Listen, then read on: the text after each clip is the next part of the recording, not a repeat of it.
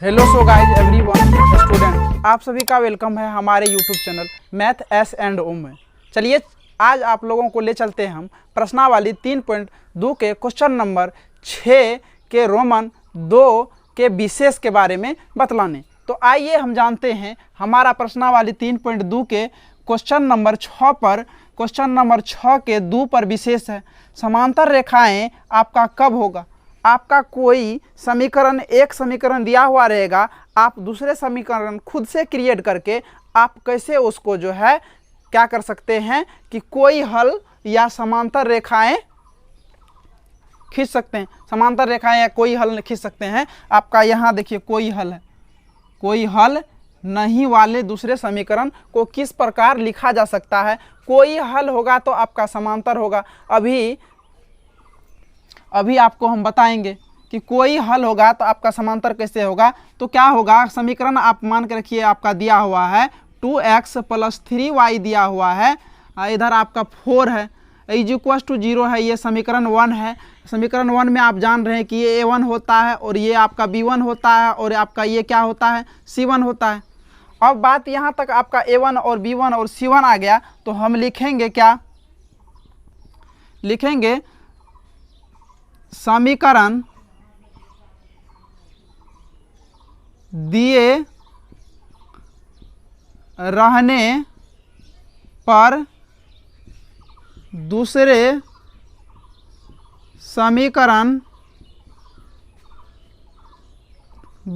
समीकरण को हम इस तरह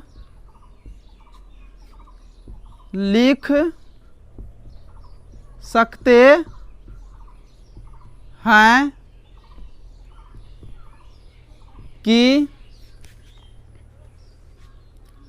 समीकरण 1 के a1 और b1 में 2 से गुना तथा c1 में 3 से गुना कर प्राप्त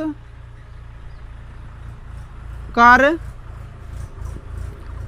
सकते हैं। हमारा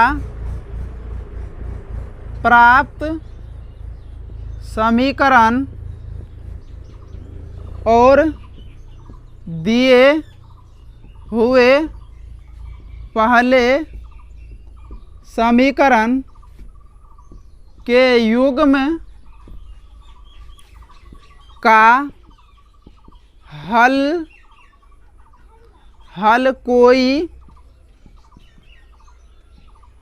कोई हल नहीं और ग्राफ समानांतर होगा, समांतर होगा। तो आइए हम जानते हैं क्या करेंगे। आपका समीकरण 1 दिया हुआ है, आप इसको अगर यदि पढ़ेंगे, ये परिभाषा और डिफिनेशन को पढ़ेंगे आपको तो अच्छी तरह से समझ में आएगा। इसमें साफ व्याख्या करके आपको लिखा हुआ है कि क्या कह रहा है आखिर करने के लिए। तो आइए हम जानते हैं समीकरण दिए रहने पर आपका समीकरण कोई दिया हुआ है, मान लेते हैं हम ये दिया हुआ है किताब में, बुक की तरफ से आपका दिया हुआ है। तो हम क्या करेंगे, बुक की तरफ से अगर यदि आपका दिया हुआ है ये, तो हम क्या करें, लिखें समीकरण दिए रहने पर दूसरे समीकरण को हम इस तरह से लिख सकते हैं कि समीकरण 1 के a1 और b1 में 2 से गुना तथा c1 में 3 से गुना करके क्रिएट कर लेंगे हम दूसरा समीकरण। और दूसरा समीकरण जैसे ही क्रिएट करेंगे तो आपका पक्का जो होगा वह क्या होगा, वह कोई हल नहीं होगा और ग्राफ आपका समांतर होगा। तो आइए हम देखते हैं, प्रूव करते हैं, इसको जानते हैं।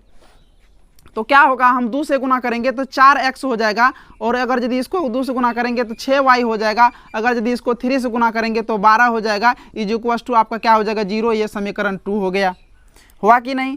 अब हम जान रहे हैं कि समीकरण 2 में आपका a2 ये होता है और b2 ये होता है और आपका c2 ये होता है कि नहीं, आप जान रहे हैं।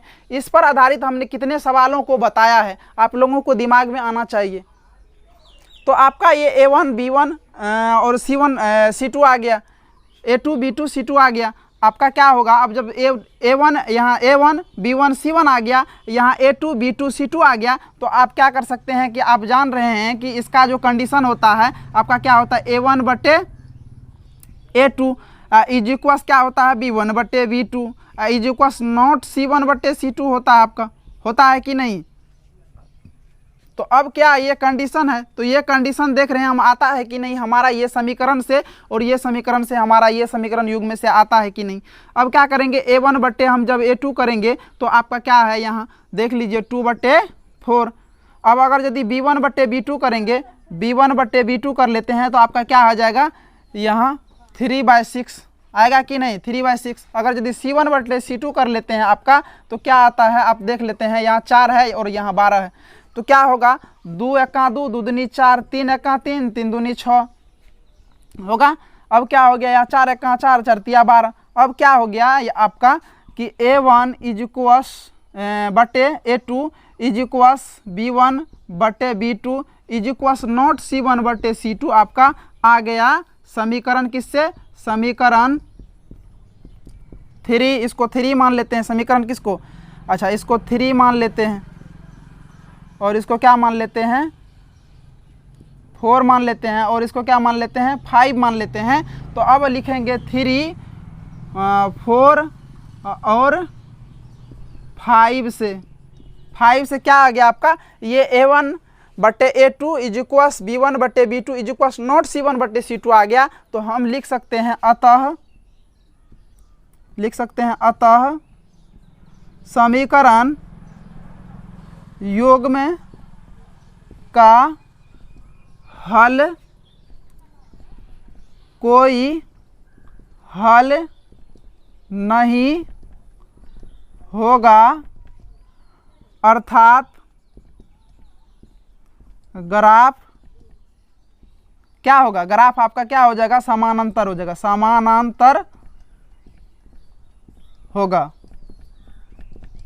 चलिए, प्रूव्ड हो गया आपका। इतना तक ही रहने दीजिए, हमने नेक्स्ट क्लास में करेंगे नेक्स्ट टॉपिक क्वेश्चन नंबर 6 के रोमन 3 के विशेष के बारे में। तो आइए आज इतना तक ही रहने